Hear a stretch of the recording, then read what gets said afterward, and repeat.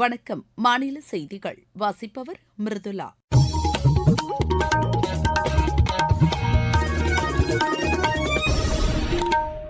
தலைப்புச் செய்திகள். நாட்டின் பாதுகாப்பு அமைப்புகள் தேசிய பாதுகாப்பிற்கு முன்னுரிமை அளிக்க வேண்டும் என்று மத்திய உள்துறை அமைச்சர் திரு அமித் ஷா வலியுறுத்தியுள்ளார். தமிழகத்தில் மின்கட்டண உயர்வு மக்களுக்கு பாதிப்பை ஏற்படுத்தும் என்று மத்திய தகவல் ஒலிபரப்புத்துறை இணையமைச்சர் திரு எல் முருகன் தெரிவித்துள்ளார். முல்லைப் பெரியாறு அணை பலமாக உள்ளது என்று அதன் துணை கண்காணிப்பு குழு தெரிவித்துள்ளது.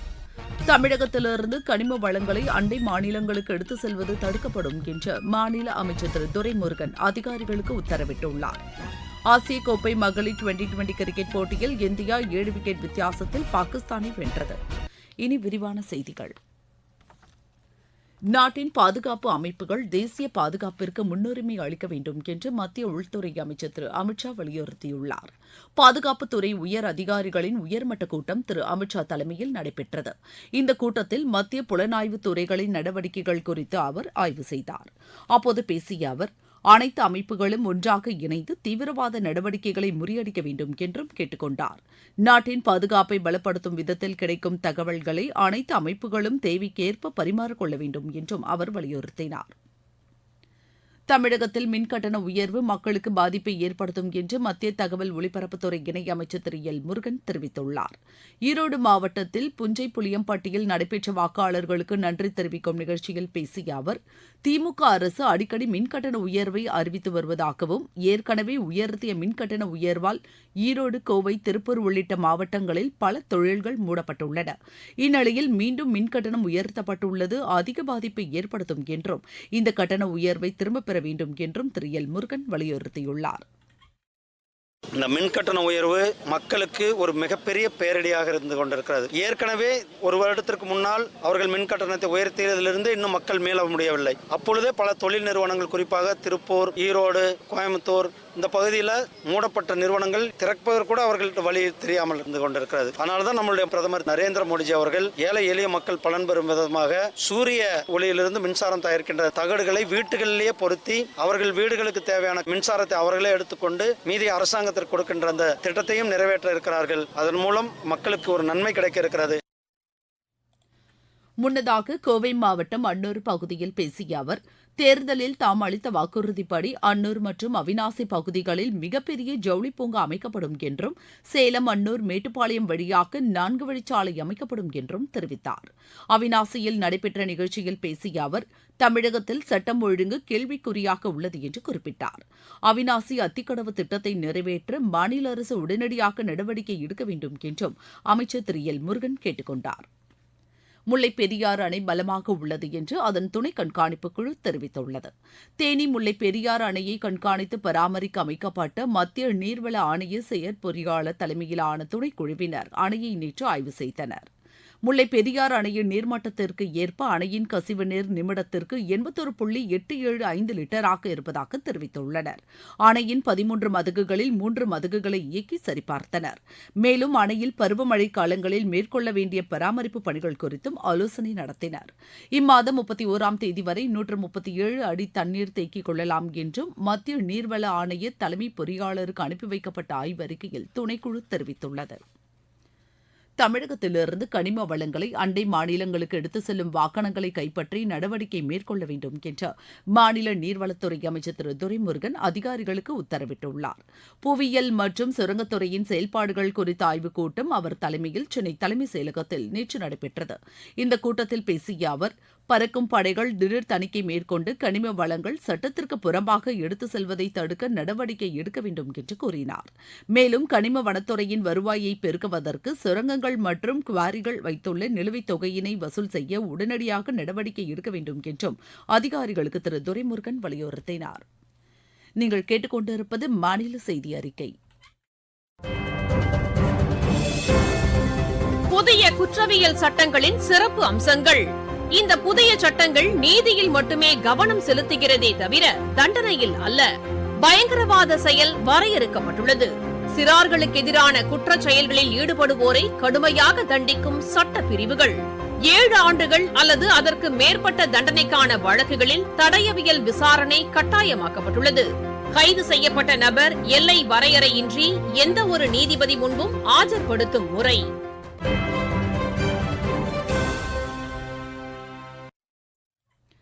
நீலகிரி மாவட்டத்தில் பெய்து வரும் கனமழை காரணமாக உதகை, குந்தா, கூடலூர், பந்தலூர் ஆகிய பகுதிகளில் வெள்ளம் சூழ்ந்துள்ளது. வானிலை ஆய்வு மையம் விடுத்திருந்த சிவப்பு மற்றும் ஆரஞ்சு எச்சரிக்கையின்படி கடந்த 4 நாட்களாக அங்கு கனமழை பெய்து வருகிறது. பல இடங்களில் மண் சரிவு ஏற்பட்டு குடியிருப்பு பகுதிகள் சேதமடைந்துள்ளன. தொடர் மழை காரணமாக உதகை, குந்தா, கூடலூர் மற்றும் பந்தலூர் ஆகிய வட்டங்களில் உள்ள பள்ளிகளுக்கு இன்று மட்டும் விடுமுறை அறிவிக்கப்பட்டுள்ளது. இதனிடையே 2வது நாளாக சுற்றுலாத்துறை அமைச்சர் திரு ராமச்சந்திரன், அம்மாவட்ட ஆட்சியர் திருமதி லட்சுமி பவ்யா ஆகியோர் வெள்ளத்தால் பாதிக்கப்பட்ட பகுதிகளை நேரில் ஆய்வு செய்தனர். பல இடங்களில் மரம் விழுந்து போக்குவரத்து பாதிக்கப்பட்டுள்ளதாக எமது செய்தியாளர் தெரிவிக்கிறார். நீலகிரி மாவட்டத்தில் கடந்த சில நாட்களாக மழை பெய்து வருகிறது. குறிப்பாக உதகை, குந்தா, கூடலூர், பந்தலூர் ஆகிய பகுதிகளில் கனமழை பெய்து வருகிறது. ஆங்காங்கே மண் சரிவு ஏற்பட்டு குடியிருப்புகள் சேதமடைந்துள்ளன. 50க்கும் மேற்பட்ட இடங்களில் சாலைகளில் மரம் விழுந்து போக்குவரத்து பாதிக்கப்பட்டுள்ளது. தீயணைப்புத்துறையினர் துரிதமாக செயல்பட்டு சாலைகளை சீரமைத்து வருகின்றனர். கூடலூர், பந்தலூர் பகுதிகளில் பல இடங்களில் வீடுகளிலும் விளைநிலங்களிலும் வெள்ளம் சூழ்ந்துள்ளது. வெள்ளத்தால் பாதிக்கப்பட்டவர்கள் முகாம்களில் தங்க வைக்கப்பட்டுள்ளனர். இதனால் சுற்றுலா பயணிகளின் பாதுகாப்பு கருதி தெப்பக்காட்டில் இயங்கி வரும் முதுமலை புலிகள் காப்பகத்தின் சூழல் சுற்றுலா வருகிற 22ஆம் தேதி வரை மூடப்படுகிறது என வனத்துறையினர் அறிவித்துள்ளனர். இதனிடையே தொடர் மழை காரணமாக உதகை, குந்தா, கூடலூர் மற்றும் பந்தலூர் ஆகிய வட்டத்தில் உள்ள பள்ளிகளுக்கு மட்டும் இன்று ஒருநாள் விடுமுறை அறிவித்து மாவட்ட ஆட்சித்தலைவர் லட்சுமி பவ்யா தண்ணீர் உத்தரவிட்டுள்ளார். உதகையிலிருந்து சரவணன். வடமேற்கு வங்கக்கடல் பகுதிகளில் நிலவிய காற்றழுத்த தாழ்வு பகுதி காற்றழுத்த தாழ்வு மண்டலமாக வலுப்பெற்று வடமேற்கு மற்றும் அதனையொட்டிய மத்திய மேற்கு வங்கக்கடல் பகுதிகளில் ஒடிசா மற்றும் வட ஆந்திர கடலோர பகுதிகளையொட்டி நிலவுவதாக வானிலை ஆய்வு மையம் தெரிவித்துள்ளது.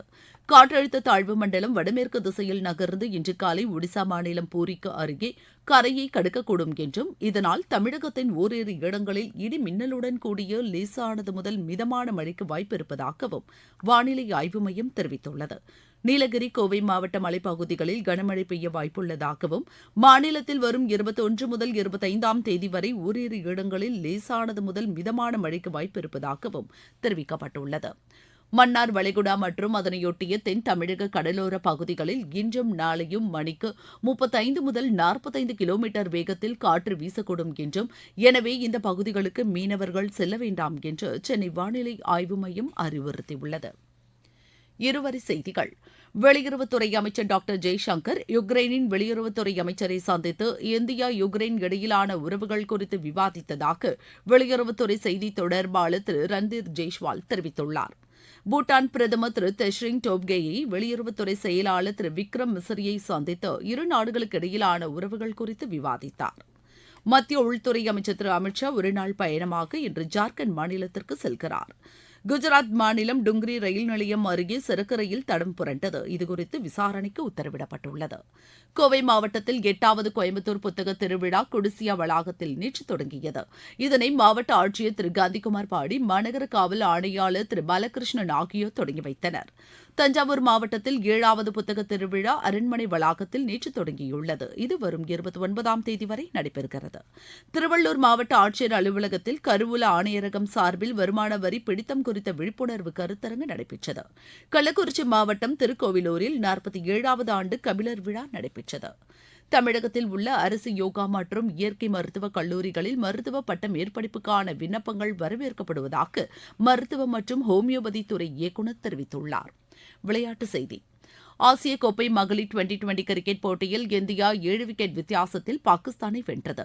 இலங்கையின் தம்புலாவில் நடைபெற்ற ஏ பிரிவு லீக் ஆட்டத்தில் டாஸ் வென்று முதலில் பேட் செய்த பாகிஸ்தான் அணி 19.2 ஓவரில் அனைத்து விக்கெட்டுகளையும் இழந்து 108 ரன் மட்டுமே எடுத்தது. பின்னர் விளையாடிய இந்திய அணி 14.1 ஓவரில் 3 விக்கெட் இழப்பிற்கு 109 ரன் எடுத்து வெற்றி பெற்றது. மீண்டும் தலைப்புச் செய்திகள். நாட்டின் பாதுகாப்பு அமைப்புகள் தேசிய பாதுகாப்பிற்கு முன்னுரிமை அளிக்க வேண்டும் என்று மத்திய உள்துறை அமைச்சர் திரு அமித் ஷா வலியுறுத்தியுள்ளார். தமிழகத்தில் மின்கட்டண உயர்வு மக்களுக்கு பாதிப்பை ஏற்படுத்தும் என்று மத்திய தகவல் ஒலிபரப்புத்துறை இணையமைச்சர் திரு எல் முருகன் தெரிவித்துள்ளார். முல்லைப் பெரியாறு அணை பலமாக உள்ளது என்று அதன் துணை கண்காணிப்பு குழு தெரிவித்துள்ளது. தமிழகத்திலிருந்து கனிம வளங்களை அண்டை மாநிலங்களுக்கு எடுத்துச் செல்வது தடுக்கப்படும் என்று மாநில அமைச்சர் திரு துரைமுருகன் அதிகாரிகளுக்கு உத்தரவிட்டுள்ளார். ஆசிய கோப்பை மகளிர் 2020 கிரிக்கெட் போட்டியில் இந்தியா 7 விக்கெட் வித்தியாசத்தில் பாகிஸ்தானை வென்றது. இத்துடன் இந்த செய்தி அறிக்கை நிறைவு பெற்றது.